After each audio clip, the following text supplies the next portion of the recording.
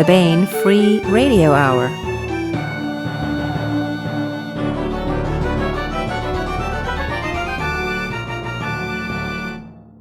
Welcome to the Baen Free Radio Hour. It's a pleasure to have you along. I am Baen Associate Editor and your podcast host, David Afsharirad. Today, Sean Korsgaard talks with Alexander Macris, game designer and author and creator of Star-Spangled Squadron. The graphic novel is Ascendant, Star-Spangled Squadron, and it started life as a crowd-funded graphic novel, and we're excited to be distributing it here at Baen Books. Sean and Alex talk about the origins of the game and the book, the crowdfunding campaign, and more in just a moment. But first, the news.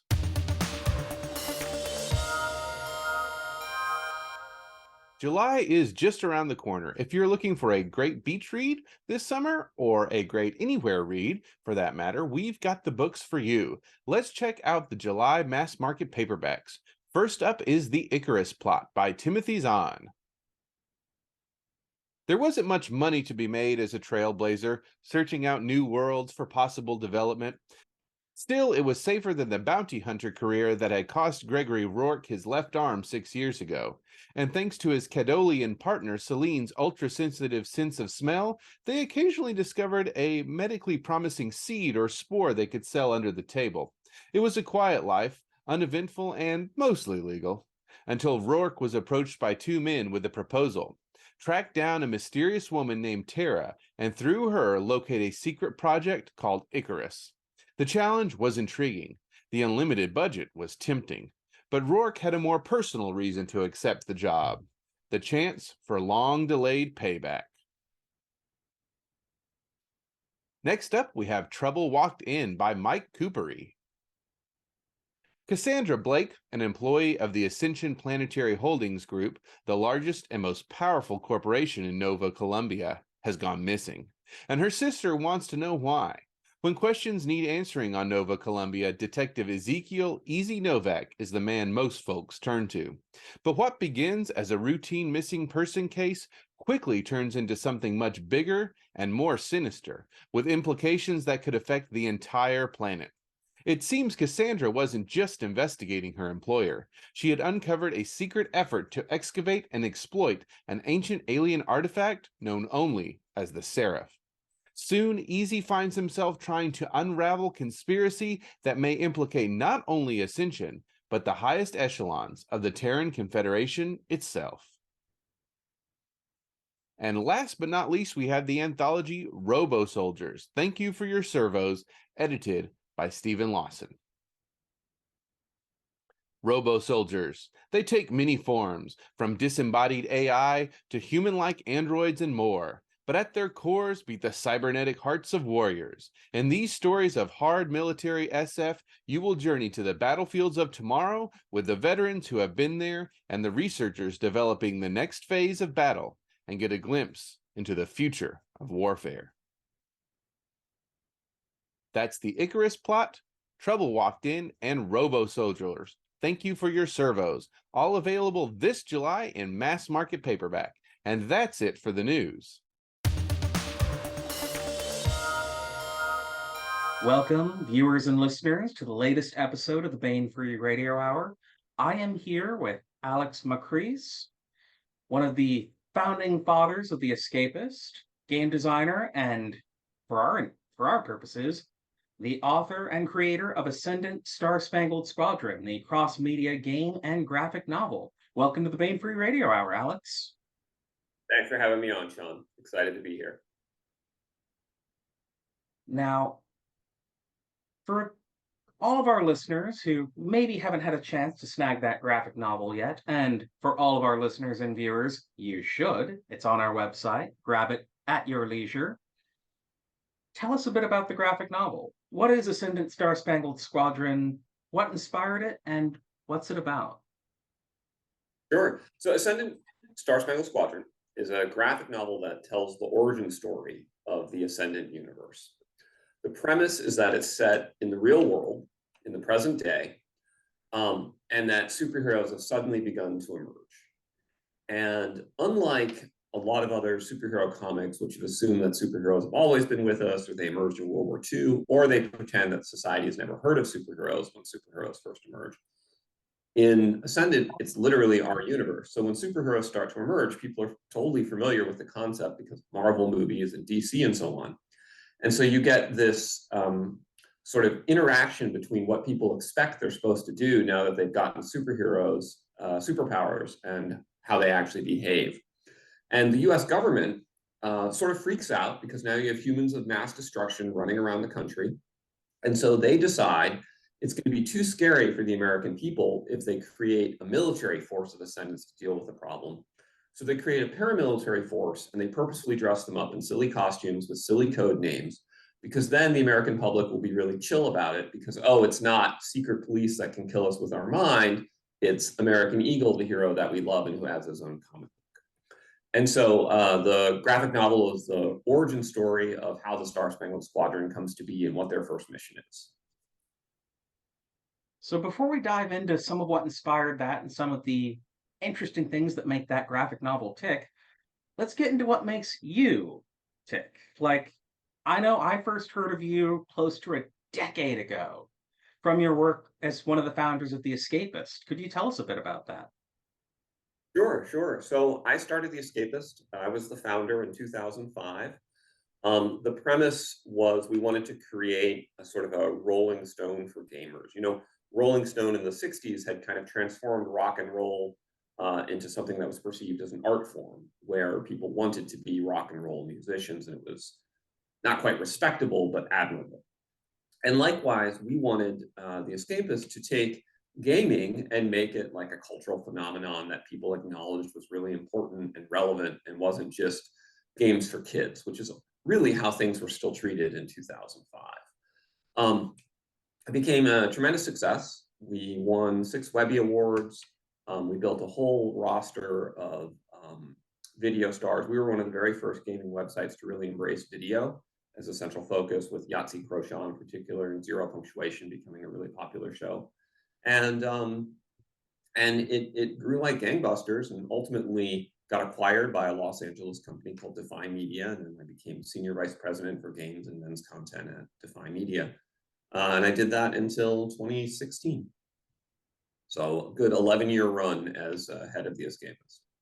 An incredible run. I mean, some of the people you worked with, you already mentioned the wonderfully verbose and talented Yahtzee Croshaw, Lisa Foyles, Critical Miss. You really had a fun roster of web personalities for a long time with The Escapists. What was it like getting to work with them? Oh, they're all super talented, super fun people. We used to meet up at conferences and conventions. We had an Escapist Expo where we'd all get together. And it was a really fun, period. There were certainly a lot of stresses because the 2008 2008 recession, and then the changing ad market really hit us a few times, and we had some serious financial struggles circa 2008 to 2011. So it could be very stressful, but it was overall really fun. It became a lot less fun when gaming and game journalism became heavily politicized, and I think a lot of people got frustrated and upset during that era, and it kind of took some of the joy out of it. I mean, when hasn't politics being thrown into pop culture made things for the worse? But I mean, the other thing is that The Escapist was in an era where so many of those longtime outlets sort of started to blend together. Everything from Cheat CC to Game Inform. You managed an outlet that had its own identity, its own voice, and a few Bostonians aside, one of the best rosters of editorial voices anywhere on YouTube. That's no small feat. Well, thanks. That's really kind of you to say. We definitely tried to have our own unique voice. Our initial approach was we did no game reviews, we did no product reviews, and we did no daily news. It was every article had to be able to stand on its own as a feature article. And we eventually had to move away from that due to some of the changing economics of the space. But that really strong editorial voice, I think, stayed with us, through the full run. And of course, the media landscape has changed, unfortunately or fortunately, depending on perspective. Yahtzee Croshaw is still out there, happily doing his thing, though. And I guess as someone who rode the wave for close to a decade, what's your impression of the scene now? Well, things have changed a lot, and not necessarily for the better. Um, when in 2005, when someone wanted to learn about a game, they would go to game journalists and they would read about a game review, or they'd follow the news to get updates from their favorite developer or things like that. But over time, and in 2005, a lot of game companies still thought of themselves as boxed goods companies, right? Like they shipped a game out to GameStop. They were product companies. You fast forward today, and if a gamer wants to know what a game is like, he just watches his favorite Twitch streamer play it on Twitch live, or he tries a demo for himself. He can purchase a demo or a game on Steam. He can get the news about gaming from social media or Discord or trusted sources such as that. And he just doesn't need traditional game journalism in the same way. And so those forces drove traditional game journalism to become more and more political as a way to stay relevant. So if you couldn't satisfy an audience by letting them know which games to buy, you could at least find an audience by letting them know which games it was moral to buy, if that makes sense. And the problem that enthusiast press faced in making that transition is that it sort of runs counter to enthusiasm. And so you got this divide between gamers and game journalists and the content that was being produced. And because those sites had so much authority within the space, it was a really big issue. I think all of that's kind of faded away into the background now because, today's gamer doesn't have the relationship with IGN that they did in 2005 or with a Kotaku or something like that. They're just much less relevant than they used to be. I say, as someone who spent a little over a decade as a reporter before joining Baen, it is a wildly balkanized landscape in terms of journalism, not just in gaming, but in general. But yeah, I guess from somebody who was on the front lines of it for so long, are there any outlets or reporters you like today? Oh, I like bounding into comics. Some of the other some of the other niche sites really. But I primarily have transitioned to using social media. I'm highly active on Twitter. I get a lot of my news via links there. I'm highly active on Substack, highly active on Discord, and that's really where I get my content now, and where I release most of my content. Brave New World. Well, there is one last thing about gaming that, of course, working in science fiction and fantasy publishing, I have to be the selfish guy to ask. What do we have to do to get gamers to pick up more books?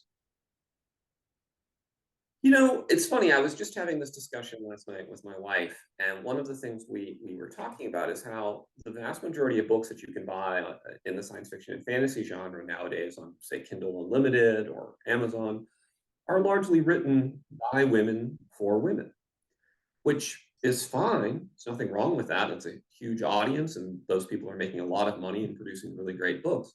But if you're a guy who wants to read about a Conan type individual doing manly things in the old way, or a war movie with a war story with a band of brothers, authors like that are in really short supply. I mean, it's basically the Baen roster, the end. And so I think Baen has very cleverly found that niche for itself. And how does one grow that? I mean, obviously it's hard because there's so much competition for attention, and we have that problem with graphic novels. We have that problem with role-playing games. Everybody's always got something else they could be doing with their time, and it's very hard. I think that's probably why we've seen a lot of the biggest success has been in crossovers, where people establish a franchise, and then they have that franchise in different media. So they have, which is what I've done with Ascendant. We have the Ascendant RPG, we have the Ascendant graphic novel series, we have the Ascendant community online. So I suppose the way to get people to read more books would be to get some games out there or YouTube shows out there related to Baen books. And then the people that get invested in those will want to read the books to get the full story. Any game designers or YouTubers out there that would like to talk to us? Our phones and emails are open. But you brought up the next thing we'd like to talk about, though, RPGs, because you transitioned into game design. Tell us a little bit about the early step. What made you go into that field? And what was some of the first stuff you worked on? Sure. So, well, I actually went into game design before I went into game journalism. When I was in college, I was part of the West Point War Games Club. And so we used to play war games and role-playing games really regularly with a team of Army cadets. And then from that, I graduated into war game design, and I designed a game called Modern Spearhead, which was Cold War micro armor warfare. And my game design actually got me into Harvard Law School because they were very impressed at the fact that I could think so clearly about rules, et cetera, and thought, oh, this guy will be a good lawyer. So then I kind of put that aside for many years because I was an entrepreneur. In 2011, my wife became ill, and I had to kind of change my lifestyle a little bit and be in the house more, and had just a lot of quiet time because she was sick, but she needed me around. She was like, you know, honey, you really love role-playing games. You've spent all this time creating them. You run them for your friends. Have you ever thought about kind of compiling it all together and releasing them? And I had the time, and I was stuck at home, so I just started working on it. And I fortunately, that moment in my life coincided with the rise of crowdfunding. And so I was able to crowdfund my first game, Adventure Conquer King System. And so that was the first game I had designed since college. So it had been, let's see, a 13-year gap. But Adventure Conquer King System found an audience. And so then I did another book the next year. And so since then, I did 1 or 2 books per year. And have built up sort of a repertoire of role-playing games, a collection. I sell them on Drive-Thru-RPG after I kickstart them. It's one thing that's made you very popular among our Baen authors, many of whom are, if not from that tabletop RPG world, devoted purchasers of that tabletop RPG world. I guess just for all of our listeners and viewers who might also want to partake, what are some of your favorite games you've worked on? Where should some of our gamers among our readers start with your work? Sure. So I have 2 major product lines, Adventure Conquer King System and Ascendant.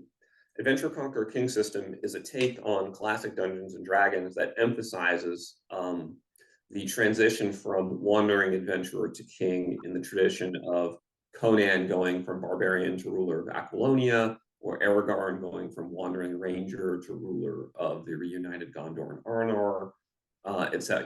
Theseus going from wandering adventurer to king. Like, this is a traditional trope that we see in mythology and fantasy literature, and it's largely been unexplored by the RPG space.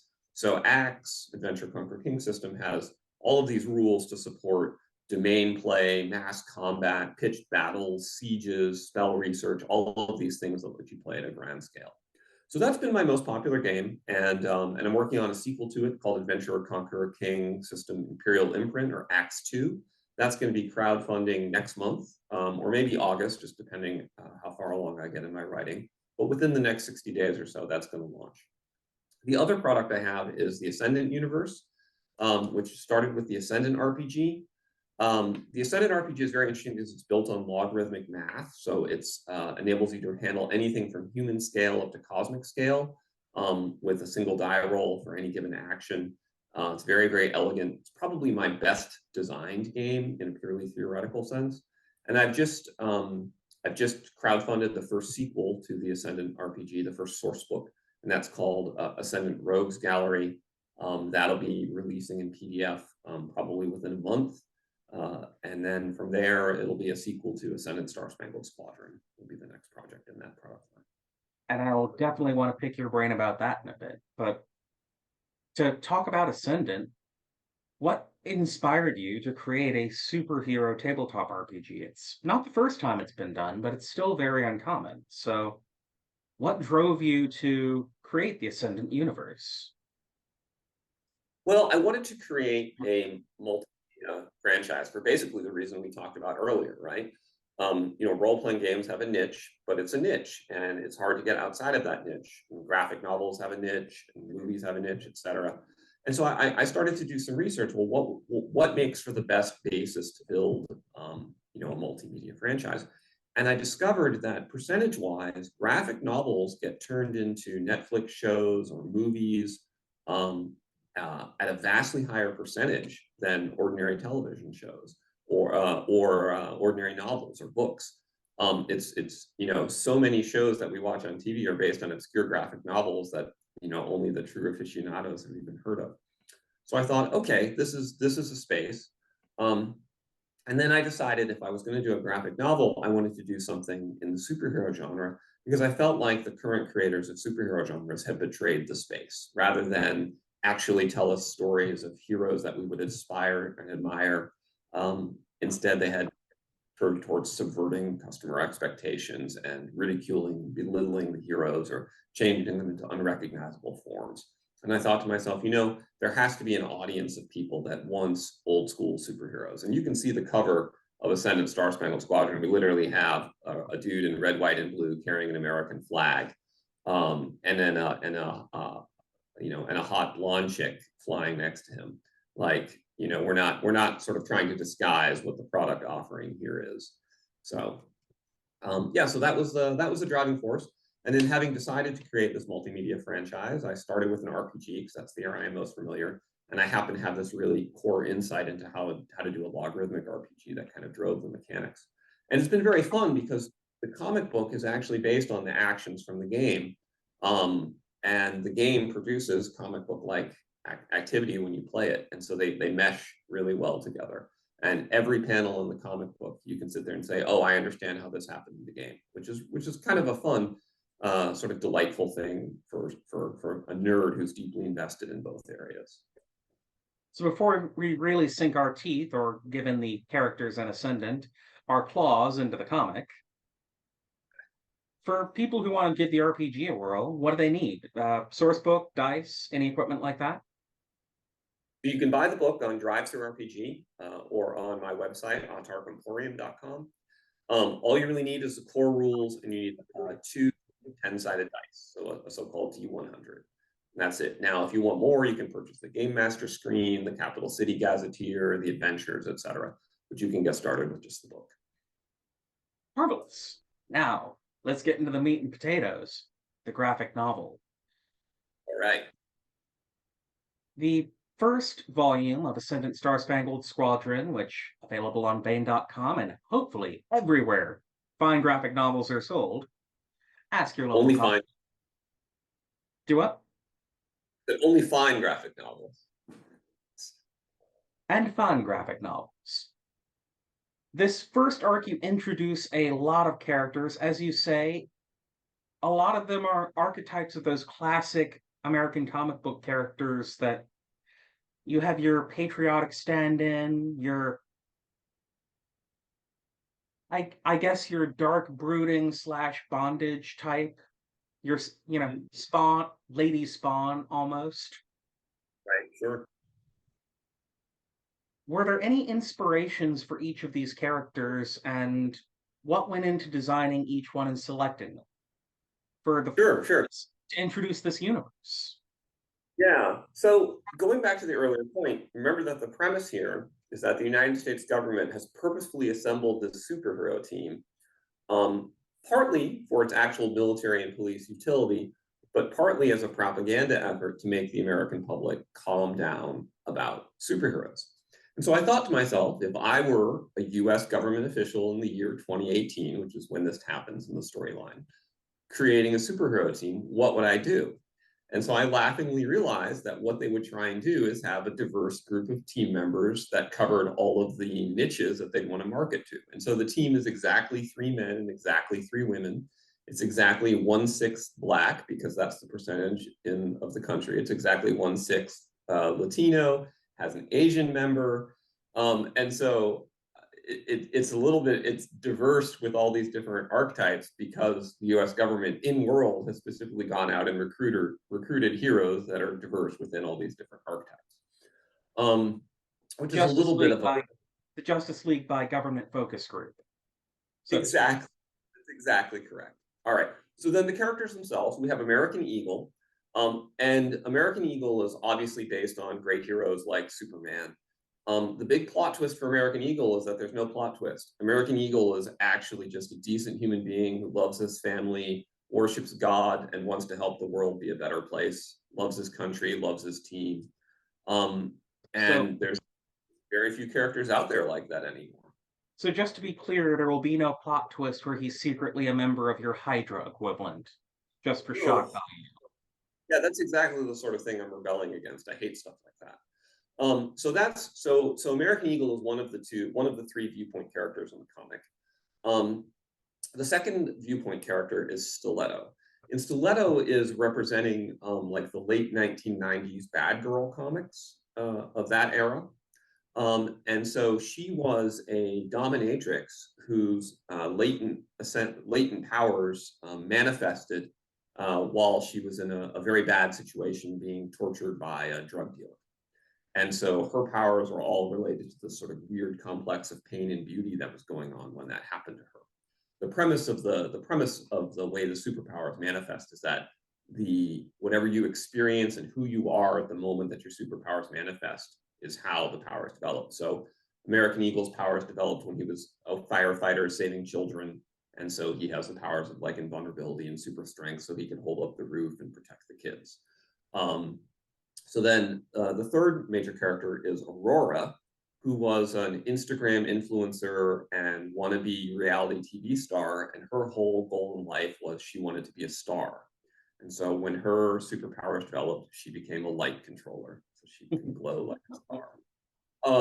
And so she's sort of both kind of like a comedic figure as well as, eye candy, fan service, whatever you want to call it. We have Warp, who's the teleporter. He was an extreme sports star who, jumped off a building, parachute didn't open, really didn't want to be there anymore, and then he wasn't there anymore and developed teleportation powers. Stronghold is your basic bruiser type, similar to the Thing or Hulk, very, very strong, good-natured guy, doesn't like bullies. And then finally, there's Dr. Quantum, who is a super genius with the ability to manipulate quantum reality. And so she can create force constructs and things like that.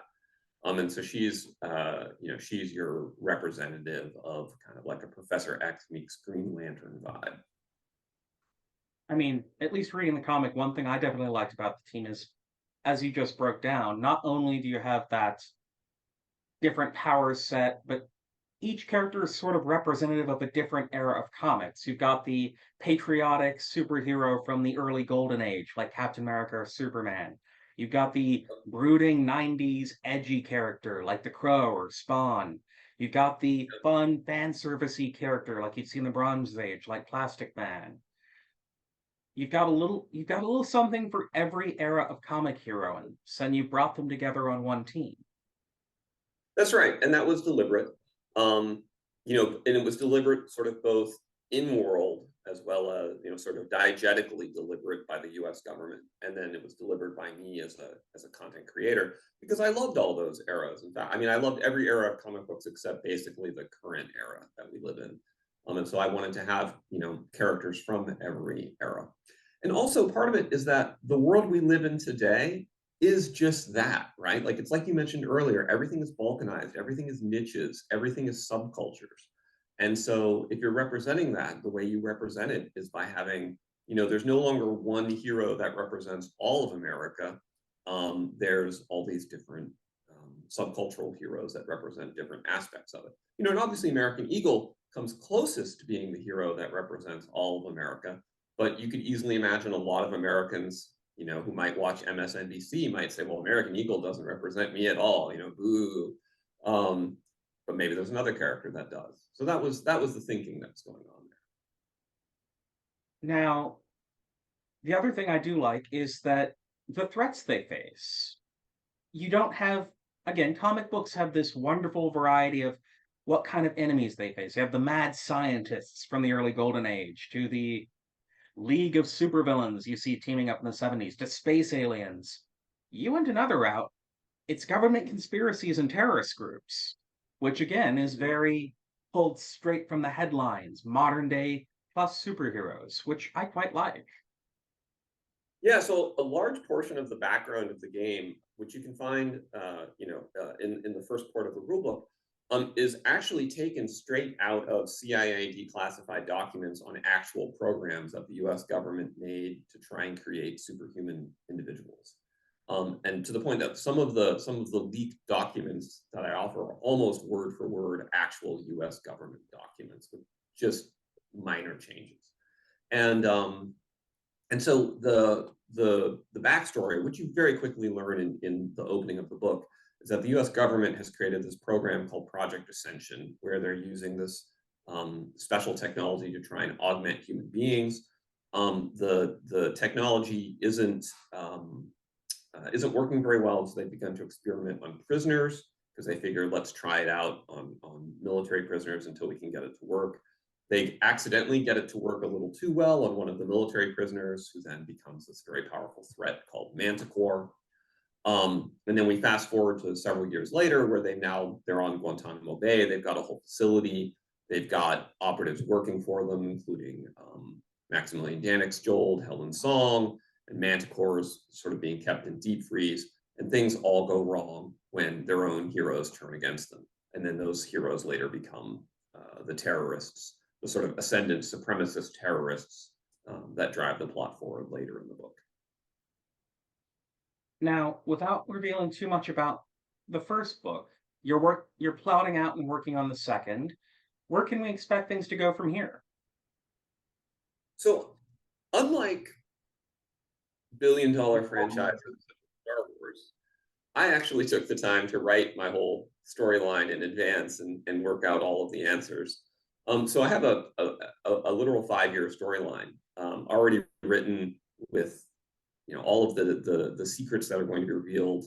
So I'm not making it up as I go along, in other words. And so some threads that are put in place in book 1, will show up and finally be understood in book 3.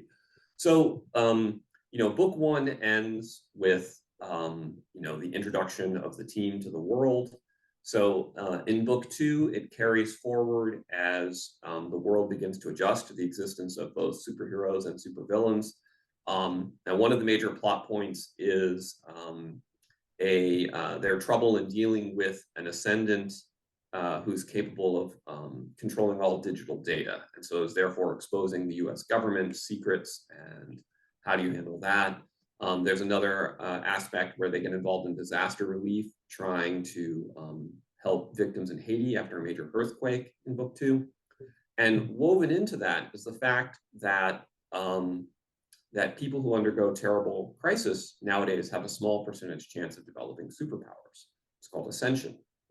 And so when you have like a major earthquake that kills 200,000 people in Haiti, some percentage of those people ascend and become superheroes. And so like not only you're doing disaster relief, you have people that have randomly become Human Torches or unkillable berserkers or whatever. And that becomes a recruitment ground for the super terrorists, as well as additional complexities for the superheroes trying to do the disaster relief. And that's in fact why the terrorists commit super terrorism, because every time they do so, they create more superheroes or supervillains, and they want to ascend humanity. Which, added bonus, gives the villains an actual motivation beyond simply being evil. That's correct. Yeah, that's correct. The villains don't perceive themselves as evil. They have very clear reasons for why they're doing what they're doing, and they think they're on the side of good and kind of ridicule the heroes for being on the side of stupid. Now, are there any plans to do solo titles with some of these characters or spin-offs or anything like that? Absolutely. I would love to do solo titles and spin-offs. It's just been a matter of how much can I do step by step. It's just me, a small art team that is based out in the Philippines, and then an investor that helped me put together the first comic book. So I think as we prove out the model, we'll grow out the universe, but that's definitely a major goal, is to grow that out, have titles, recurring issues, etc. Now, naturally, on the Baen side of things, I do have to wonder, what made you come to Baen with this graphic novel? Well, I have a number of friends that are Baen authors, and they've spoken really, really well of their relationship with Baen. And it goes back to the point we talked about earlier, which is that Baen is one of the few publishers that's actively publishing content aimed at the sort of audiences I want to reach, which is, traditional male readers of science fiction, fantasy, and comic books. Military. Yeah, exactly. Like I don't begrudge any author for chasing any audience they want to. Like, you want to write fantasy romance and appeal to 20-year-old women or 40-year-old women, go for it. I love it. My wife loves those. It's great. It's just not what I wanted to write. And so Baen just seemed like a really natural fit. And then when I talked to you guys, I could see why all my friends were like, yeah, they're great because you were great. So it was great. We're all great here. How are you? Now, between Ascendant Star-Spangled Squadron and the first volume of Black Tide Rising, an adaptation of one of our graphic novels, Baen's started stepping into this wide world of graphic novels, and at least as a casual observer and longtime comic reader, we've seen this explosion on the indie side of things. Maybe the biggest golden age of independent comic creators since the 1980s, when we had everything from Teenage Mutant Ninja Turtles to The Crow really coming out of the woodwork. Now we have, in addition to yourself and Black Tide Rising, we've got Eric D. July and his whole Rippaverse. We've got War Comics from Alex DeCampi. We've got, of course, Ethan Van Sciver and Cyberfrog. And hell, we have Sylvester Stallone and Keanu Reeves getting involved with comic creation, which anytime you have Keanu and Sly working on something, that just gets me excited. What is it about this age of independent comic creators that's caused this golden age, this boom? And what are some great places to start? And was it just a matter of the big two stumbling and crowdfunding stepping up, or is there something else to it?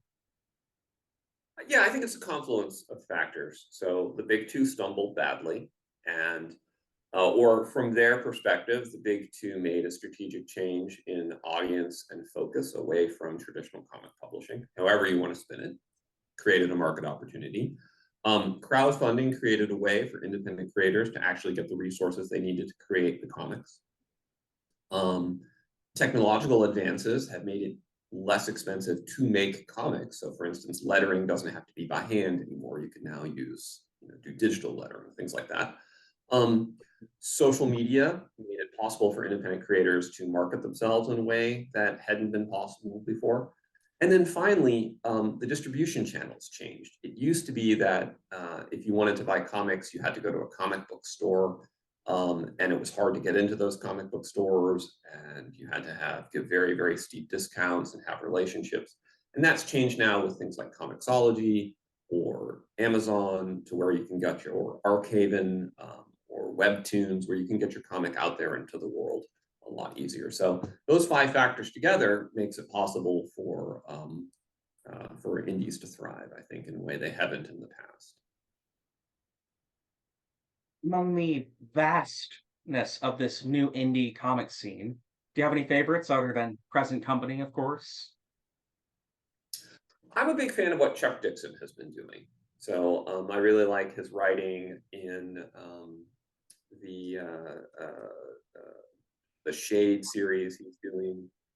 Chuck Dixon's Conan has been really good. He's the creator of the Punisher and Baen. I mean, he's obviously a heavy hitter in the comic space, and to see him really thriving as an independent has been kind of cool and inspiring. So I would say I'm kind of a Chuck Dixon fanboy right now. Oh, so are we. He worked on Black Tide Rising with us, so that was exciting. Amen. Yep. And at least from hearing you talk about Conan, you're a sword and sorcery fan too, I take it? Absolutely. Yeah. I mean, you can see it in the name of the game, Adventure King System, which is straight out of the Ace Lance paperback series from the 70s, Conan the Adventurer, Conan the Conqueror, etc.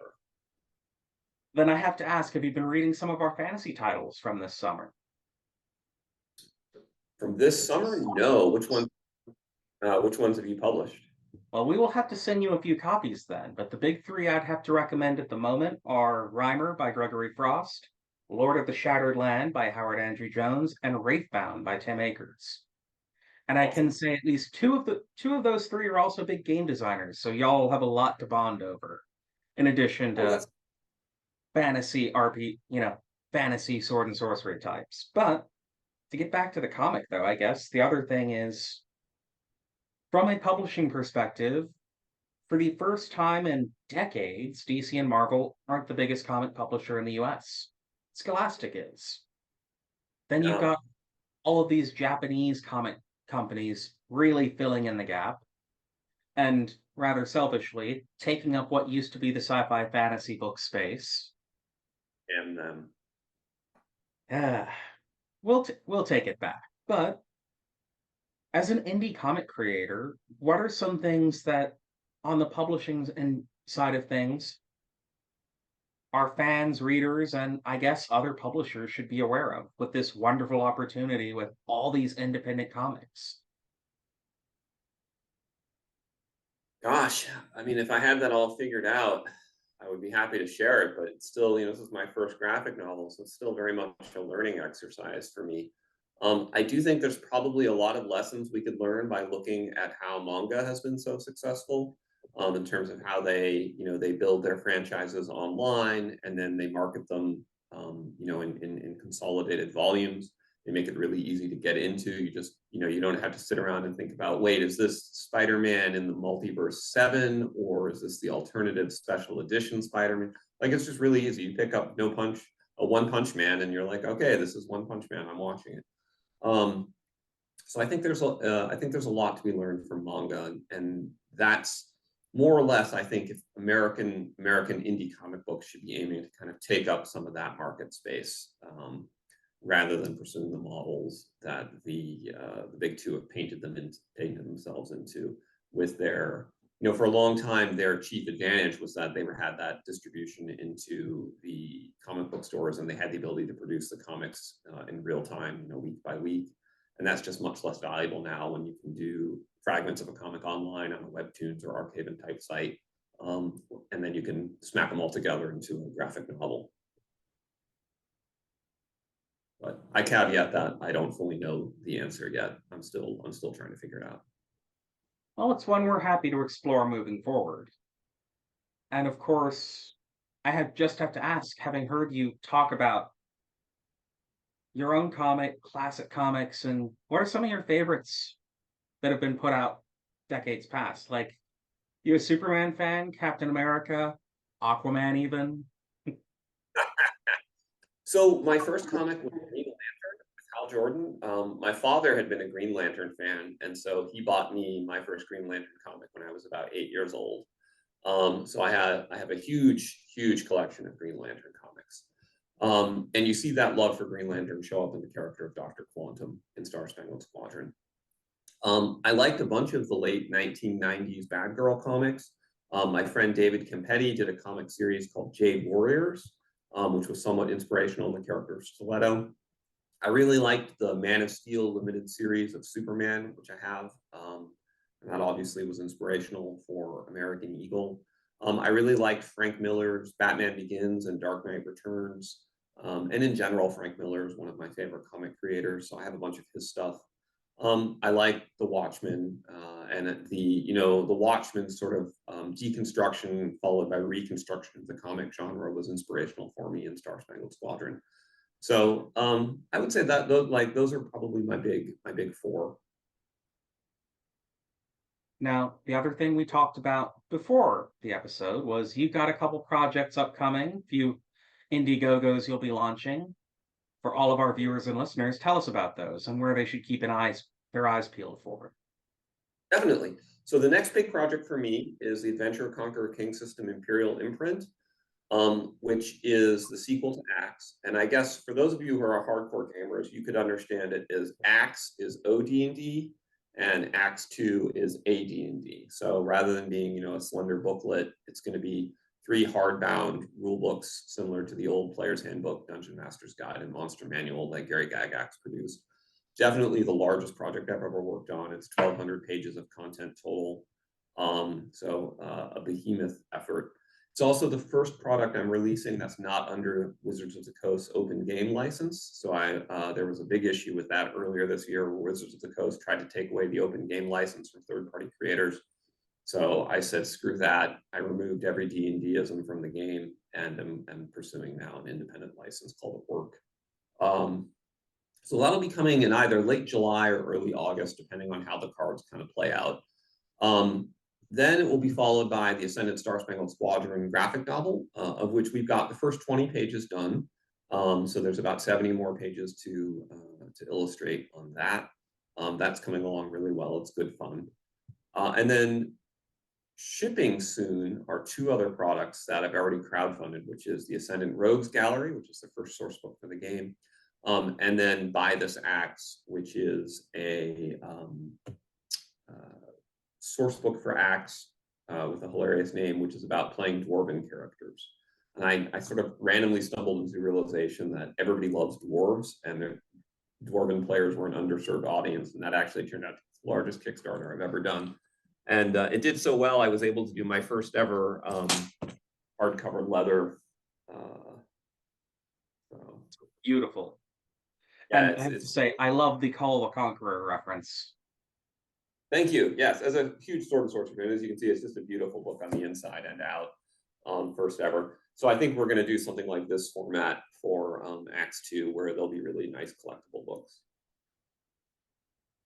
Now again, with all of our viewers and listeners, maybe being introduced to you for the first time, no doubt you've made a wonderful impression. Where can they keep up with you and your work? Are you making any convention appearances in the future, or social media that these beautiful people at home should follow?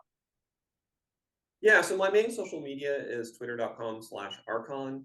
I've also got Facebook groups set up for Autark, which is my publishing company, and for Adventure Conqueror King.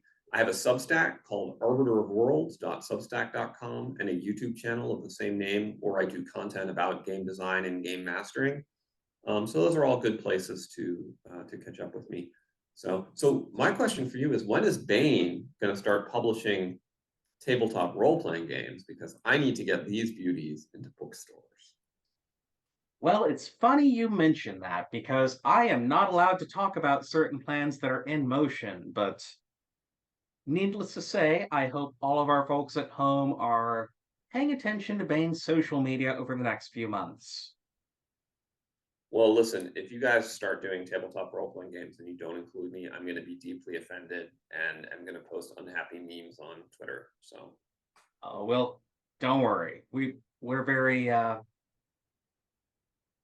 we're happy to work with those who work with us. But in the meantime, though, for all of our viewers and listeners, once more with feeling, tell them about Star-Spangled Squadron and where they can pick it up. well, you can get Ascendant Star-Spangled Squadron now, I hope, in bookstores, since Baen is now distributing it worldwide, and you can get it at Baen.com. I really hope you'll check it out. I think if you love traditional comics, if you love old-fashioned storytelling and old-fashioned values, and you don't want your expectations subverted, then I think you'll really dig it. Our goal is to meet and exceed expectations, not subvert them. For all of our listeners and viewers, thank you for joining us today on the Baen Free Radio Hour. This has been Sean CW Korsgaard signing off. Keep reading. We'll see you next week. And now we bring you our audiobook serialization of Tinker by Wen Spencer. Inventor girl genius Tinker lives in a near-future Pittsburgh, which now exists mostly in the land of the elves. She runs her salvage business, pays her taxes, and tries to keep the local ambient level of magic down with gadgets of her own design.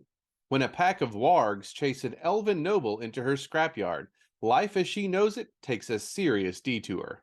Tinker finds herself taking on the Elven Court, the NSA, the Elven Interdimensional Agency, technology smugglers, and a college-minded xenobiologist as she tries to stay focused on what's really important, her first date. Armed with an intelligence the size of a planet, steel-toed boots, and a junkyard dog attitude, Tinker is ready to kick butt to get her first kiss. A half hour later, with a rumble of the big caterpillar engine and the rattle of chains, Oil Can returned to the yard. He had his tow lights on and a small shrub stuck in the flatbed's ram prow. "Tinker!" he bellowed as he swung out of the cab, a crowbar in hand. "Cuz?" "Here am I." She came out into the yard, the dent mender in hand. Tinker and Oil Can favored one another, which sometimes made Tinker wonder about her egg donor. She knew that her grandfather had selected her mother mostly on intelligence. He could be quite vocal about his scheme to raise a genius grandchild. But she wondered occasionally if he had also tried to make it so that she and Oil Can looked like brother and sister, too. Oil Can was just shy of average height for a man, slender built as she was, with the same nut brown coloring. When they were little, Tulu had called them her wood sprites. Tinker always thought the overall effect worked better on Oil Can. He had a spry, puckish kind of look, what people used to think of as fae before they met the real elves. Oil Can stopped at the sight of the blood on her, his dark eyes going wide and solemn with concern. "Aw, shit, Tinker. Are you okay?" Fine. Most of it isn't mine. Windwolf is chewed to hell. Someone cooked up a pack of monster dogs that... She stopped as implications finally seeped in. While created for a war waged millennia ago, the wargs now ranged wild, for all purposes a natural creature despite their magical enhancements. Simple bad luck could account for a warg attack. Windwolf's mauling, though, was clearly an attempt of premeditated murder. Someone had made the monster dogs, taking days to set up the original spell and then copy it onto the 5 pug dogs. Someone sicked a pack of killer dogs on Windwolf. Windwolf? Not the elf that marked you. That's bad, isn't it? Is he still alive? Barely. We have to make sure he stays that way. Johnny was here. He wouldn't do anything for him, and he says that Mercy won't touch him. The hell they won't. Not everyone is a self-serving bastard like Johnny. We can take him over and someone will take care of him. It's not like they're going to let him bleed to death in front of them, is it? For a moment she thought she could let him take charge. Then she realized that he was waiting for her to say yes or no. The problem was that Oil Can knew she was smarter than he was. He had a lot going on upstairs, but he always deferred to her. She was never sure if it was because she'd played too many head games with him while they were growing up, or if it was some crippling fear of failure. He had been 10 before falling into her grandfather's care and can-do style of child-raising, and it showed. He was 4 years her senior, but still he was more than willing for her to be the boss. Of course, that had drawbacks. I don't know. She retreated back to the workshop to check on Windwolf, finding him unchanged. Oil Can trailed behind her, waiting for her to think of something.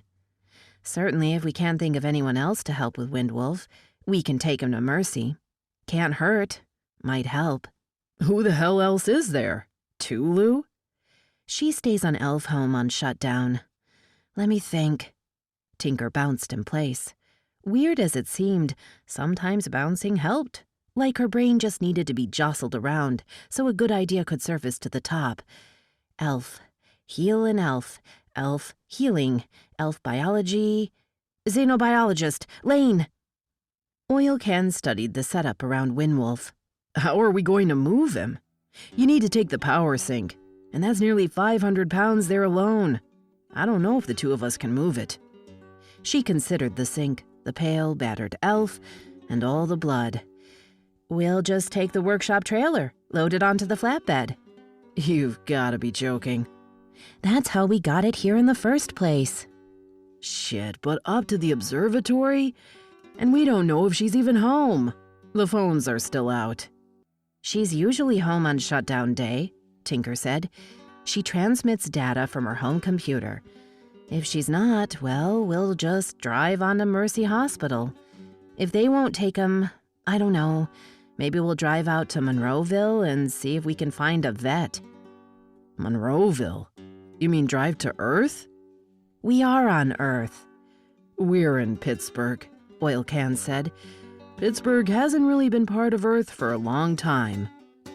Yeah, we'll go to Earth if we have to. That was another installment in Wen Spencer's Tinker. And that's it for the podcast. Thanks as always to Audible.com and podcast theme composer Ruth Judkowitz. Praise, thanks, and gratitude to Alexander Macris for sitting down with us today, and good night, Tony Daniel, wherever you are. This is David Afsharirad coming to you from a soundproof bunker somewhere deep in the heart of Texas. Join us here next week at the hammering heart of science fiction and fantasy, and keep reaching for the stars.